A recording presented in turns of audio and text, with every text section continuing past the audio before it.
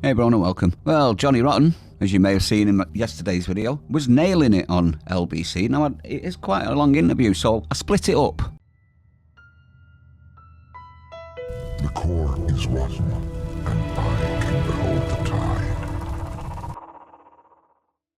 Now, he did mention yesterday that he thinks the seaside is decaying for many reasons, but that the hotels are all being filled up with illegals means that they're never going to be able to pull themselves out of the decay that's happening around them, because the source of income is the hotels, is it not, on the seaside? So if you fill them up with people that aren't actually holidaying and spending vast amounts of money, the nation's seasides are going to crumble. And he was right, wasn't he? Well, here he is again on Brexit. Has he nailed Mar to the wall with this? Have a listen to what he says. You make the point that Britain is pretty ratty these days and run down, but British people are still the people that you want to have the conversation with in these events, yeah?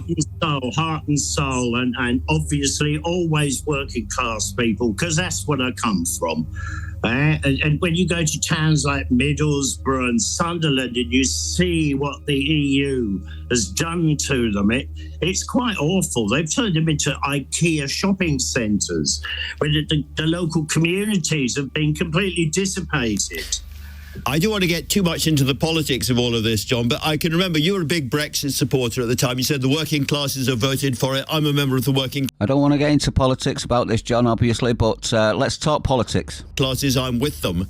And you supported Nigel Farage. I didn't understand it at the time, and I'll tell you, I still don't. Well, I was going to ask if you're a bit disappointed by the result, because we haven't had the kind of revival that you might have hoped for at the time of the Brexit vote. Oh, I didn't think there'd be a revival, just away from the officious nature and nastiness of Brussels. It's like we didn't vote for these people to tell us what to do and think. And so there it goes, elections and all of that, and my loathing of politicians is quite obvious. But I don't want to be dictated to by people I don't have at least the slightest resemblance of voting for. You need to be able to kick them out. In the end, you need to be able to kick them out. Yes. Yeah. And, Okay. I'd rather a faltering economy than a dictatorship.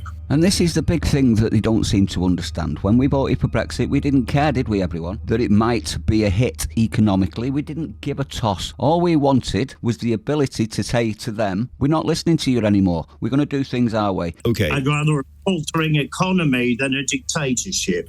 Unfortunately, our leaders are still listening to what they want, and they're not doing what we want. So we've not changed position in any way, other than on paper, we're no longer in the EU. But we are, aren't we? Let's be honest. And he was bang on the money, wasn't he? Well done, John, again. Let me know what you think in the comments. If you want to help out the channel, you can do that. Now you can hit the member button, which is the join under the video. It'd help out a lot. Thank you all. I'll see you on the next one.